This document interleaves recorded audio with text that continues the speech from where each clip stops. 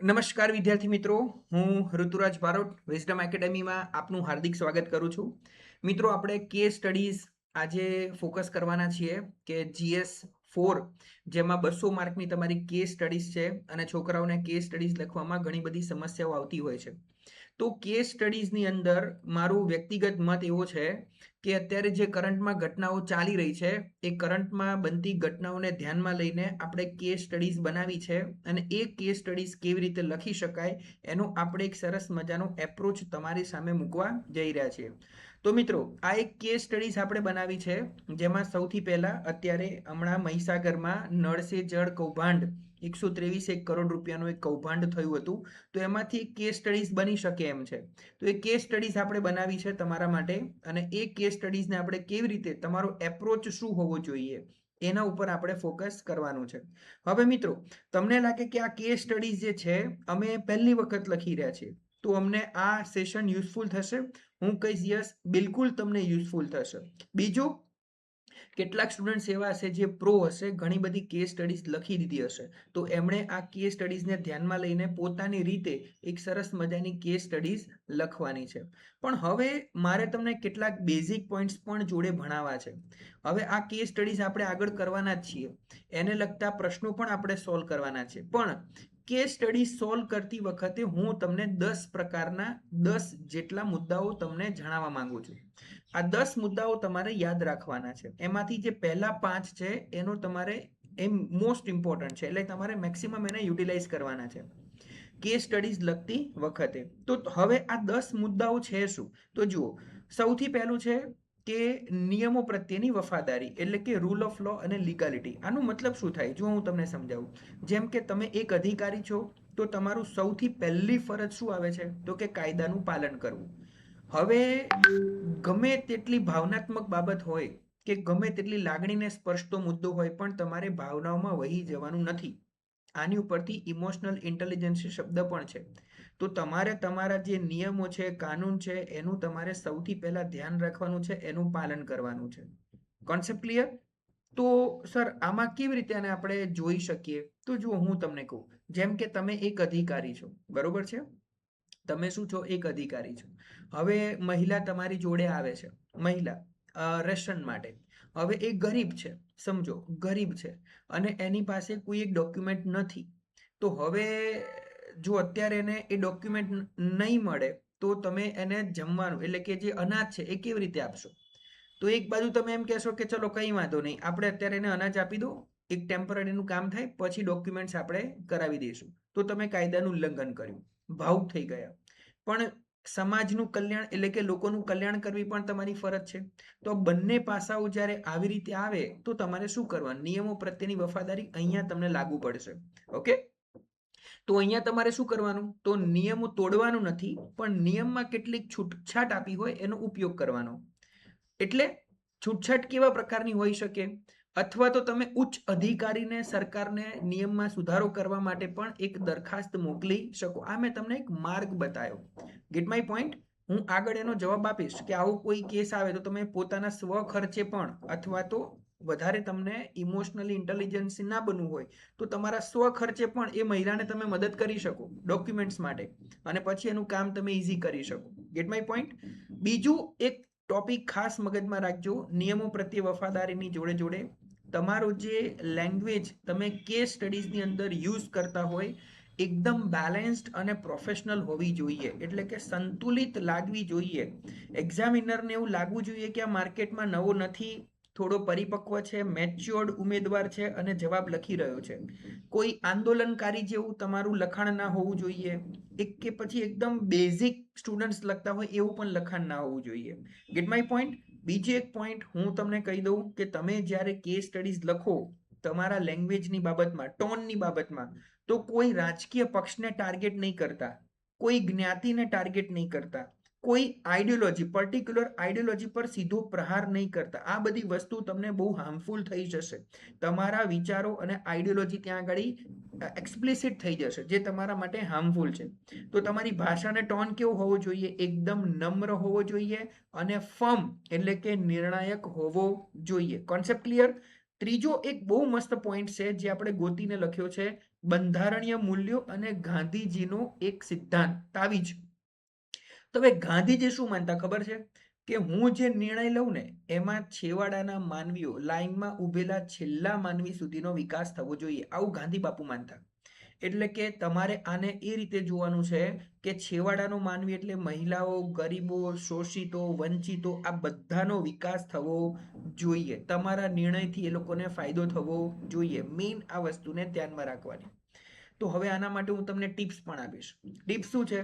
તો તમે જ્યારે આવી રીતે લખતા હોય ને અને તમારે શું કહેવાય એનો આન્સર ફાઇન્ડ કરવો હોય ને, તો તમે બંધારણના ભાગ 4 નો ઉપયોગ કરી શકો. ડીપીએસપી, રાજ્ય નીતિના માર્ગદર્શક સિદ્ધાંતો.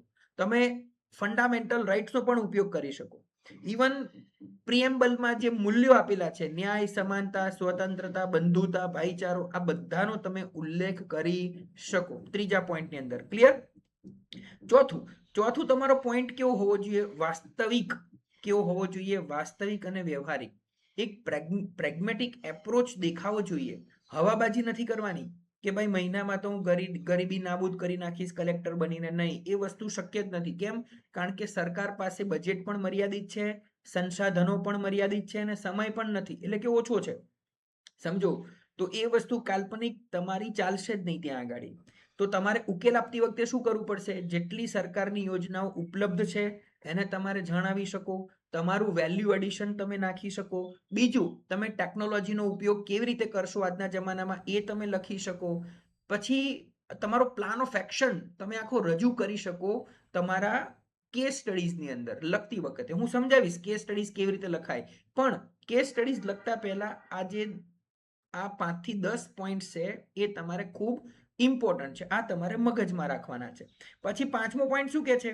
તો કે તમારો કોન્ફ્લિક્ટ ઓફ ઇન્ટરેસ્ટ. હવે કોન્ફ્લિક્ટ ઓફ ઇન્ટરેસ્ટ એટલે તો ઘણી વખત એવું થશે કે તમને કેસ સ્ટડીઝ એવી આપી હશે કે એવી પરિસ્થિતિ હશે કે જ્યાં તમારા સગા સંબંધી કે કોઈ મિત્ર એમાં ઇન્ક્લુડ હશે અને તમારી કોઈ શું કહેવાય એને તમારે મદદ કરવી કે નહીં એ સાચું પણ હોઈ શકે, એનું ટેન્ડર બહુ સારું પણ ભર્યું છે, અથવા તો નથી ભર્યું અને તમારે મદદ કરવાની આવે છે. તો અહીંયા તમારે સ્પષ્ટતા કરવાની આવશે કે ભાઈ હું આ કેસમાંથી મારી જાતને અલગ કરી નાખીશ, અથવા તો મારા ઉચ્ચ અધિકારીને આ બાબતની અગાઉથી જાણ કરીશ જેથી પારદર્શિતા જળવાય.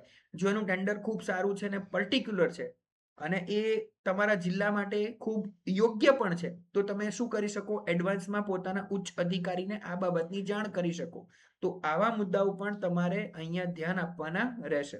બીજું, 6 નંબરનો પોઈન્ટ બહુ સરસ પોઈન્ટ છે કે ટૂંકા ગાળાના ને લાંબા ગાળાના ઉકેલો. આનો મતલબ શું થાય? તો જો હું તમને કહું, કેટલીક કેસ સ્ટડીઝ એવી હશે જેમાં કોમી રમખાણો હશે, એના રિલેટેડ હશે, અથવા પૂર, અકસ્માત, આવા રિલેટેડ તમને કેસ સ્ટડીઝ પૂછશે. તો અહીંયા તમારે બંને પગલાં બતાવવા પડશે કે તાત્કાલિક પગલાંની અંદર ફોર એન એક્ઝામ્પલ કે હું ભીડને પહેલા વિખેરી નાખીશ, અથવા પૂર અકસ્માત છે તો ઈજાગ્રસ્તને હોસ્પિટલ પહોંચાડીશ, અથવા તો ધારા 144 લાગુ કરીને શાંતિ પહેલા, એટલે ટેમ્પરરી રેમેડી આપી દીધી આપણે. પછી લાંબા ગાળાના પગલાં શું હોઈ શકે કે ભાઈ આપણે કોઈ એડવાઇઝરી એટલે ઇન્ક્વાયરી કમિટી બેસાડીશું કે ભવિષ્યમાં આવું ના થાય તો એના માટે શું પગલાં ભરીશું. પછી technology, AI is very important. અત્યારે તમે એઆઈનો ઉપયોગ ખૂબ સારી રીતે કરી શકો આની અંદર. તો કે જાગૃતિ અભિયાન ચલાવીશું. પછી તો આ 6 નંબરનો પોઈન્ટ. 7મા નંબરનો પોઈન્ટ શું કે છે? તો કે છે કે ભાઈ સત્તાનું એટલે કે ડેલિગેશન ઓફ પાવર, એટલે બધું હું જાતે જ લડી લઉં એવું કેસ સ્ટડીઝમાં દર્શાવવું જોઈએ નહીં. એટલે તમે ઓફિસર તરીકે એકલા હાથે કામ કરી જ નથી શકવાના. તમારે ટીમ વર્ક જોડે લઈને ચાલવું પડશે, અલગ અલગ વિભાગોને તમારે જોડે લેવા પડશે, તમારે કામ સોંપવાની ક્ષમતા પણ દેખાડવી પડશે તમારા કેટલાક કેસ સ્ટડીઝની અંદર.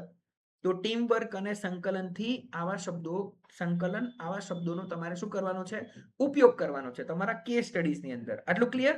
પછી 8મા નંબરનો પોઈન્ટ જુઓ તો કે એનોનિમિટી અને ઇમ્પાર્શિયાલિટી, એટલે કે મારું વલણ જે છે, મારો જે બિહેવિયર એટીટ્યુડ છે બિન પક્ષપાતી હશે. અને જુઓ અનામિતા એટલે ઇમ્પાર્શિયાલિટીનો મતલબ શું થાય? તો જુઓ, આ તમારા બેઝિક મૂલ્યો છે. તમે જ્યારે એથિક્સને ભણ્યા હશો, જે 50 માર્કની અંદર તમારા બીજા પૂછાવાનું છે, 200 માર્કનું કેસ સ્ટડીઝ અને 50 માર્કની અંદર ટર્મ, કે આવા કોઈ ક્વેશ્ચન્સ પૂછાશે તો પણ તમને ત્યાં આગળ કેટલાક મુદ્દાઓ ધ્યાનમાં રાખવા પડશે. એમાં ઇમ્પાર્શિયાલિટી ઇઝ અ વેરી ઇમ્પોર્ટન્ટ. આ જે છે એ પાયાના મૂલ્યો છે. કોઈ પણ અધિકારી હશે, જેમ કે તમારે સીધું મીડિયા સામે નહીં જવા, એટલે મીડિયા ટ્રાયલ, સોશિયલ મીડિયાના દબાણમાં આવ્યા વગર, પછી મીડિયામાં આપણે જ હીરો છીએ એવી કોઈ પ્રતિક્રિયા થવી જોઈએ નહીં. પ્રચાર પ્રસારથી તમારે દૂર રહેવાનું છે. શાંતિથી કાયદાની દ્રષ્ટિમાં અને નિયમોને આધીન તમારે એક સારા ઉચ્ચ પ્રકારનો વહીવટ કરવાનો છે અને આવી વહીવટકર્તાની ઓળખ તમારે ઊભી કરવાની છે. તમારા નિર્ણયો પક્ષપાતી હોવા જોઈએ નહીં, બિન પક્ષપાતી હોવા જોઈએ. આટલું ક્લિયર? પછી નવમા નંબરનો પોઈન્ટ, એકાઉન્ટેબિલિટી અને transparency. It's a very important. તમે એક વસ્તુ સમજો, તમારો દરેક નિર્ણય છે ને, દરેક નિર્ણય એના માટે તમે સરકારને, ડિપાર્ટમેન્ટને, જ્યુડિશિયરીને અને જનતાને જવાબદાર છો જ. આ તમારે મગજમાં લઈને ચાલવાનું છે. સમજો, તમારા મગજમાં લઈને ચાલવાનું છે. તમે જ્યારે પ્લાન ઓફ એક્શન તમારા કેસ સ્ટડીઝમાં લખો ત્યારે આરટીઆઈ નો પણ ઉલ્લેખ કરો, સોશિયલ ઓડિટનો ઉલ્લેખ કરો. Gate my point? આવા ઇન્સ્ટ્રુમેન્ટ તમે ઉલ્લેખ કરશો ને તો તમને બતાવશે કે તમે અધિકારી તરીકે એક ટ્રાન્સપરન્ટ વ્યક્તિ છો, તમે કંઈ છુપાવવા માંગતા નથી. તો આ બધી વસ્તુઓનો તમારે ઉલ્લેખ કરવાનો, એટલે તમારી એક આઈડિયોલોજી ત્યાં એક્સપ્લિસિટ થશે એક્ઝામિનરની સામે. બરોબર?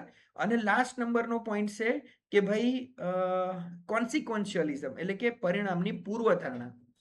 હવે તો એક વસ્તુ સમજો કે તમે જ્યારે ડિસિઝન લઈ રહ્યા છો કે કેસ સ્ટડીઝ લખી રહ્યા છો ત્યારે વિચારો કે આ પગલાંનું ભવિષ્યમાં શું અસર આવશે. સમજો, તો તમારે બંને, એટલે હું તમને એક થિયરી આપું, mean and and. Mean and and theory. Mean એટલે, તો તમે કહેશો સર મીન એટલે સાધન અને એન્ડ એટલે તો કે સાધ્ય. તો આ સાધન અને સાધ્ય થિયરી શું છે?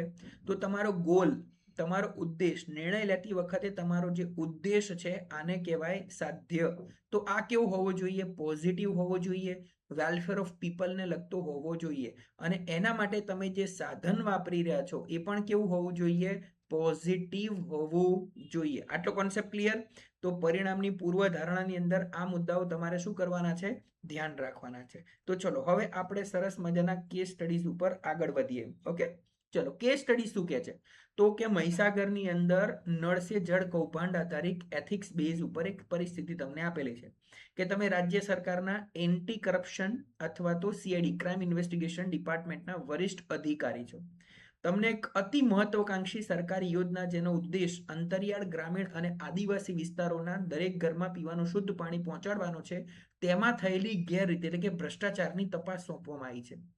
તપાસ દરમિયાન તમને એવી ખબર પડે કે 123 કરોડ રૂપિયાના આ પ્રોજેક્ટમાં વ્યાપક ભ્રષ્ટાચાર થયો છે અને સરકારી વિભાગના ઉચ્ચ અધિકારીઓ પણ આમાં સામેલ છે, કર્મચારીઓ પણ સામેલ છે, ખાનગી એજન્સી કોન્ટ્રાક્ટરો પણ સામેલ છે અને ગામની પાણી સમિતિના સભ્યોની મિલીભગત છે. એટલે કે ખોટા દસ્તાવેજો બનાવીને કરોડો રૂપિયા ચૂકવી દેવાયા છે. અને ગામની અંદર ખરેખર જોવા જઈએ વાસ્તવિકતામાં તો કામ હજી અધૂરું છે અથવા તો હલકી ગુણવત્તાવાળું થયું છે. અને આના કારણે શું થયું? તો કે સેંકડો ગામડાઓની ગરીબ જનતા જે છે પાણીના ટીપે ટીપા માટે તરસવા માટે મજબૂર બની છે ઉનાળામાં. હવે તમે એક વસ્તુ સમજો, તમે કામગીરી શરૂ કરી રહ્યા છો. તપાસ દરમિયાન જ્યારે તમે કડક પગલાં લેવાનું શરૂ કરો છો અને આરોપીઓની ધરપકડ કરો છો ત્યારે એક પ્રતિષ્ઠિત કોન્ટ્રાક્ટર જે શાસક પક્ષ સાથે મજબૂત રાજકીય સંબંધ ધરાવે છે તેનું નામ પણ સામે આવે છે. તમારા ઉપર હવે ઉપરથી પોલિટિકલ પ્રેશર આવે છે. તપાસને ધીમી કરવામાં આવે અથવા રાજકીય નેતાઓનું નામ ચાર્જશીટમાંથી હટાવી દેવામાં આવે, નહીતર તમારી બદલી કોઈ અંતરિયાળ વિસ્તારમાં કરી દેવાની ધમકી આપવામાં આવે. બીજી તરફ હલકી ગુણવત્તાના કામને લીધે જનતામાં ભારે રોષ છે અને તેઓ તાત્કાલિક ન્યાયની માંગણી કરી રહ્યા છે. આ તમારું કેસ સ્ટડીઝ છે. હવે એમાં પ્રશ્નો શું છે? તો કે આ કેસમાં કયા કયા મુખ્ય નૈતિક મુદ્દાઓ અને દ્વિધા દિલેમા રહેલી છે. પછી હિતધારકો, સ્ટેક હોલ્ડરની યાદી તમારે આપવાની છે. આ બધું સમજાવું તમને. અને એક તપાસ અધિકારી તરીકે રાજકીય દબાણ, વ્યક્તિગત નુકસાનની સામે તમે તમારો એક્શન ઓફ પ્લાન અપનાવશો. એટલે તમારે એક્શન ઓફ પ્લાન બતાવવાનો છે. હવે આ 3 પ્રશ્નો તમને અહીંયા આગળ પૂછ્યા છે. હવે આ જ કેસ સ્ટડીઝની અંદર હું તમને સૌથી પહેલા એક વસ્તુ કહી દઉં કે એક શબ્દ છે નૈતિક મુદ્દાઓ, એટલે કે દ્વિધા, એથિકલ ડિલેમા. હવે તમને લાગે કે સર આ એથિકલ ડિલેમા કોને કહીશું આપણે? તો એથિકલ ડિલેમા ઉપર હું થોડી ચર્ચા કરું. એથિકલ ડિલેમા કોને કહેવાય? તો જુઓ, એકદમ સિમ્પલ લેંગ્વેજમાં કહું તો તમારી પાસે 2 વિકલ્પ હોય. બંને વિકલ્પમાં એક વિકલ્પ સાચો હોય, બીજો વિકલ્પ વધુ સાચો હોય અથવા ઓછો નુકસાનકારક હોય. ત્યારે તમને અંદરથી છે ને જે ડિલેમા ક્રિએટ થાય, આને કહેવાય એથિકલ ડિલેમા. કે બંને વિકલ્પમાંથી મારે પસંદ કયો કરવાનો, એટલે અંદર મગજમાં એક ખેંચતાણ તમારે ઊભી થાય. આને કહેવાય એથિકલ ડિલેમા. તો તમે અધિકારી જ્યારે હશો ને ત્યારે તમને આવી કેટલીક એથિકલ ડિલેમા તમને જોવા મળશે. જેમ કે હું તમને એક ઉદાહરણથી સમજાવું. જેમ કે એક ગરીબ, એકદમ દેશી એક્ઝામ્પલ જે હમણાં મેં તમને કીધું કે ગરીબ અને અસહાય વૃદ્ધ મહિલા છે, સરકારી યોજનાનું અનાજ લેવા આવે છે, પણ એની જોડે આધાર કાર્ડ કે કોઈ વેલિડ દસ્તાવેજ નથી. તો હવે તમારી જોડે સિચ્યુએશન કેવી ઊભી થાય? કાં તો તમે લોનું પાલન કરો, કાં તો કરુણા, કમ્પેન્શન, એટલે કે ભાવનાઓમાં વહી જાઓ. જો તમે કાયદાનું પાલન કરો છો તો દસ્તાવેજ વગર અનાજ ના આપી શકાય, અને જો માનવતા દાખવો છો તો મહિલાને ભૂખી ના રાખી શકાય. તો અહીંયા લો અને કમ્પેશન સામસામે આવી જશે. તો કેટલાક લોકો કહેશે સર હું તો મહિલાને કાયદો તોડીને પણ મહિલાને ભૂખી નહીં રાખું. Gate my point? કેટલાક કહેશે કે ના હું કાયદાનું પાલન કરીશ. તો અહીંયા શું થઈ ગયું? Moral dilemma, ethical dilemma. Ethical ડિલેમાનો મતલબ શું થાય કે એક કલેક્ટિવ એપ્રોચ છે. Collective approach in the sense કે ભાઈ ડૂઝ એન્ડ ડોન્ટ્સ, ટોટલી શું કરવું જોઈએ અને શું ના કરવું જોઈએ. તો જે કરવું જોઈએ છે, જે કરવું જોઈએ ડૂઝ, એને કહેવાય એથિક્સ. સિમ્પલ. ઓકે, ચલો બીજી એક, આ તમને એક એક્ઝામ્પલ આપ્યું મોરલ ડિલેમાનું. હજી હું તમને એક બીજું એક્ઝામ્પલ આપું કે તમે કોઈ સરકારી ભરતીમાં એક અધિકારી છો અને ટેન્ડર પ્રક્રિયા તમારા અંતર્ગત થઈ રહી છે. કોઈ એક ટેન્ડર પ્રક્રિયા થઈ રહી છે, બરોબર? અને તમારો જે મિત્ર છે એમાં ભાગ લઈ રહ્યો છે અને લાયક પણ છે. તો હવે તમારા અહીંયા બે મુદ્દા આવ્યા, એક પબ્લિક ડ્યુટી અને પર્સનલ રિલેશન. ઉપર મેં કયું મોરલ ડિલેમા સમજાયું? લો અને કમ્પેશન. અહીંયા કયું સમજાયું? પબ્લિક ડ્યુટી અને personal relation. Gate my point? તો હવે તમે શું કરશો? તો મેં તમને કીધું એમ કે ભાઈ સૌથી પહેલા પોતાની જાતને કાં તો અલગ કરી નાખવાની, કાં તો પછી ઉપર લેવલ ઉપર એ ઉપરના જે તમારા અધિકારી છે, સિનિયર અધિકારી, એને તમારે જાણ કરવાનું. પછી હજી તમને એક સરસ મજાની બીજી વસ્તુ કહું કે સરકારની બહુ મોટી યોજના છે, એમાં લેન્ડ એક્વિઝિશન એટલે કે જમીનનું સંપાદન થઈ રહ્યું છે. આ માહિતી તમને ખબર છે પણ તમારે ગુપ્ત રાખવાની છે. તમે ટોચ લેવલના અધિકારી છો એટલે. પણ હવે તમારા પરિચયમાં એક ગરીબ છે, એ વિસ્તારમાં જમીન ખરીદવાની તૈયારી કરી રહ્યો છે અને તમને ખબર છે કે જો ખરીદશે તો ફસાઈ જશે. Gate my point? આને કહેવાય ટ્રાન્સપરન્સી વર્સિસ સેક્રેસી. સિક્રેસી એટલે ગોપનીયતા. તો તમારા વહીવટમાં પારદર્શિતા પણ હોવી જોઈએ અને આની વિરુદ્ધમાં શું થઈ ગયું? સિક્રેસી. તો આવા સમસ્યા આને કહેવાય એથિકલ ડિલેમા. તો જ્યારે એથિકલ ડિલેમા થાય ત્યારે તમારે હંમેશા યાદ રાખવાનું એક વસ્તુ કે ભાઈ કાયદો એકદમ સ્પષ્ટ હોય તો કાયદાનું જ પાલન કરવાનું થાય છે, બીજું કોઈ વાત અહીંયા આવે નહીં. હા, માનવતા ચોક્કસ દાખવવાની. તો ઉપરવાળા કેસમાં તમે મહિલાને પોતાના ખર્ચે મદદ કરી શકો, જેમ મેં કીધું એમ મહિલાને પોતાના ખર્ચે મદદ કરી નાખવાની. બીજું, ગાંધીજીનું પેલું ખાસ યાદ રાખવાનું, ગાંધીજી વાળું, કે ભાઈ તમારા નિર્ણયથી સમાજના છેલ્લા વ્યક્તિને પણ કે અલ્ટિમેટ પ્રોફિટ થવો જોઈએ, ફાયદો થવો જોઈએ. અને બીજું એથિક્સમાં તમે ભણ્યા છો યુટિલિટેરિયનિઝમ. યુટિલિટેરિયનિઝમ એટલે તમારે એવો રસ્તો પસંદ કરવાનો જેનાથી મોટા ભાગના લોકોને ફાયદો થાય અને નુકસાન લઘુત્તમ થાય. આને કહેવાય યુટિલિટેરિયનિઝમ. આટલો કોન્સેપ્ટ ક્લિયર થઈ ગયો? એકદમ ડન. ઓકે, તો હવે સર આ કેસ સ્ટડીઝ મારે આપણે સોલ્વ કરવાનો છે, તો આ કેસ સ્ટડીઝ આપણે કેવી રીતે સોલ્વ કરીશું? હા, કેવી રીતે આ કેસ સ્ટડીઝને સોલ્વ કરીશું? તો જો હું તમને સરસ મજાનો કેસ સ્ટડી સોલ્વ કરાવું. સૌથી પહેલા તમે જ્યારે આન્સર લખવાની શરૂઆત કરો ત્યારે એની થીમ, કોર થીમ, આખું કેસ સ્ટડી શેના ઉપર છે એ તમારે સૌથી પહેલા જણાવી દેવાનું કે આખું કેસ સ્ટડીઝ શેના ઉપર ફરી રહ્યો છે. તો આ તમને ફ્રેમ કરતા આવડવું જોઈએ. લાઈક ઇન્ટ્રોડક્શન, તમારા કેસ સ્ટડીઝનું તમે શું આપી રહ્યા છો? એક સરસ મજાનું ઇન્ટ્રોડક્શન. પણ અહીંયા ઇન્ટ્રોડક્શન જે તમે આન્સર રાઇટિંગ, મેઇન્સ આન્સર રાઇટિંગમાં કરો છો એનાથી અલગ હશે. તમે જે આન્સર રાઇટિંગમાં ઇન્ટ્રોડક્શન કરો છો એ કોઈ ટોપિક, જે શબ્દ, જે ક્વેશ્ચન, જે શબ્દ ઉપર ગોળ ગોળ ફરી રહ્યો છે એ શબ્દને લઈને તમે ડેફિનેશન કરી નાખો છો, કાં તો પછી એમાં ઓરિજિનથી કે કી ઇવેન્ટ કે કરંટ ઇવેન્ટથી તમે ઇન્ટ્રોડક્શન કરી નાખો છો. અહીંયા આગળ તમારે આખું લોજિક અલગ છે. અહીંયા તમારે આખું કેસ સ્ટડીઝ વાંચવાનું છે, એની થીમ સમજવાની છે અને એ થીમ શું કહેવા માંગે છે એનાથી તમારે ઇન્ટ્રોડક્શન કરવાનું છે. તો હવે હું શું લખીશ આની અંદર? તો હું શું લખીશ જુઓ, જેમ કે આ કેસ સ્ટડીઝ જે છે એ એક જન કલ્યાણ યોજના ચાલતી હતી, એમાં થયેલો એક વ્યાપક ભ્રષ્ટાચાર છે જે દર્શાવે છે. બીજું, સત્તાનો દુરુપયોગ દર્શાવે છે, નાગરિકોના મૂળભૂત અધિકારોનું હનન દર્શાવે છે અને રાજકીય દબાણ સામે એક અધિકારીની સચ્ચાઈ અને જે કાયદાનું શાસન છે એમાં જે નૈતિક કટોકટી ઊભી થઈ છે એના ઉપર આધારિત છે. સમજ પડી? એના ઉપર આ શું છે? આધારિત છે. તો મેં એક સરસ મજાનું આખા કેસ સ્ટડીઝને લઈને ઇન્ટ્રોડક્શન કરી નાખ્યું. ક્લિયર? એકદમ ઈઝી, સમજ પડે? Okay, good. હવે જુઓ, સંકળાયેલા હિતધારકો. હવે આમાં કોણ કોણ સંકળાયેલું છે? તો પહેલા તો તમે પોતે જ સંકળાયેલા છો. હા, તો લખવાનું હું પોતે, કૌંસમાં લખવાનું તપાસ અધિકારી, જેની ફરજ નિષ્ઠા, નૈતિક હિંમત અને કરિયર દાવ ઉપર છે. ઓબ્વિયસ મારું કરિયર દાવ ઉપર જ છે ને. પોલિટિકલ પાર્ટીનું નહીં માનું તો મારી ટ્રાન્સફર નિશ્ચિત છે, અને એવા વિસ્તારમાં થશે જ્યાં મારા પરિવારથી દૂર રહેવું પડશે. આ બધું વિચારતો હોઈશું. સમજ્યા? પછી બીજું, તો બીજું હિતધારકમાં કોણ આવી શકે? પહેલું તો હું પોતે. પછી બીજું કોણ આવી શકે? તો કે ગ્રામીણ આદિવાસી લોકો, ગ્રામીણ અને આદિવાસી જનતા, જે મુખ્ય પીડિત પક્ષ છે, જેને પાણી જેવા શું કહેવાય બેઝિક પ્રાઇમરી નીડ્સથી એ લોકો વંચિત છે. પછી ત્રીજું, તો કે ભ્રષ્ટ તંત્ર આવી શકે. કયું તંત્ર? જેમણે ભ્રષ્ટાચાર કર્યો છે. તો કે ભ્રષ્ટ તંત્ર કોણ હોઈ શકે? પેલા સરકારી કર્મચારી, ખાનગી કોન્ટ્રાક્ટરો ને સ્થાનિક પાણી સમિતિના સદસ્યો. ચોથું કોણ? રાજકીય નેતા, સત્તાનો દુરુપયોગ કરીને શું કરે છે? આ હસ્તક્ષેપ કરે છે. અને પાંચમું, તો કે રાજ્ય સરકાર, ન્યાયતંત્ર અને સમાજ. તો આ સંકળાયેલા કોણ છે? હિતધારકો છે. હવે તો કે ત્રીજો પોઈન્ટ શું લખીશું? એથિકલ ડિલેમા.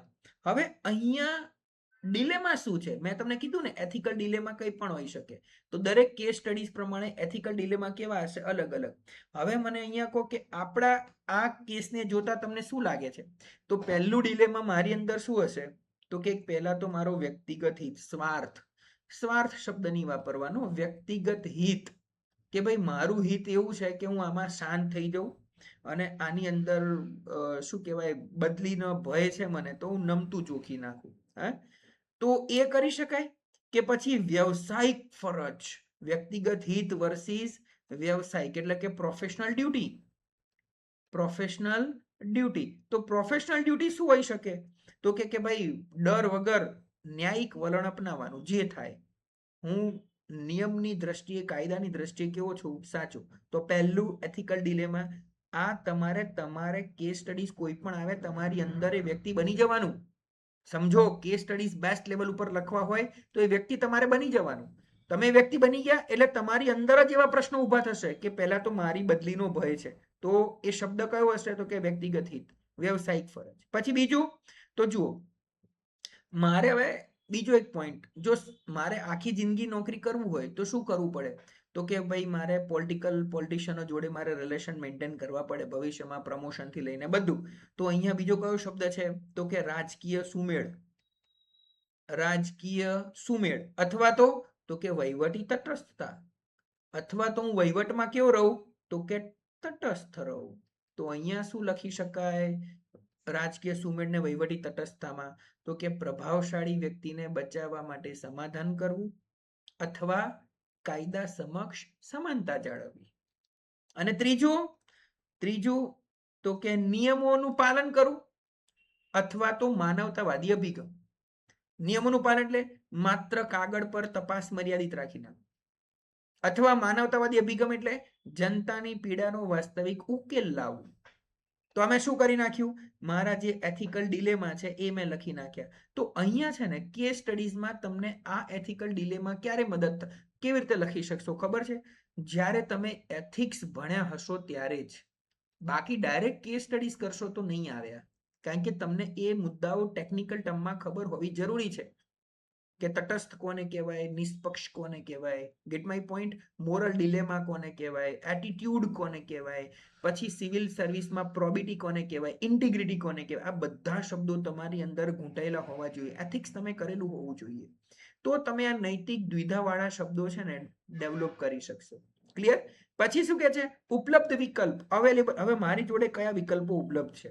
તો જુઓ, સૌથી પહેલો તો મારી પાસે વિકલ્પ કયો છે? તો હું શું કરીશ? પહેલો વિકલ્પ મારી પાસે કે ભાઈ રાજકીય દબાણ સામે ઝૂકી જઈશ અને તપાસ ધીમી કરી નાખીશ.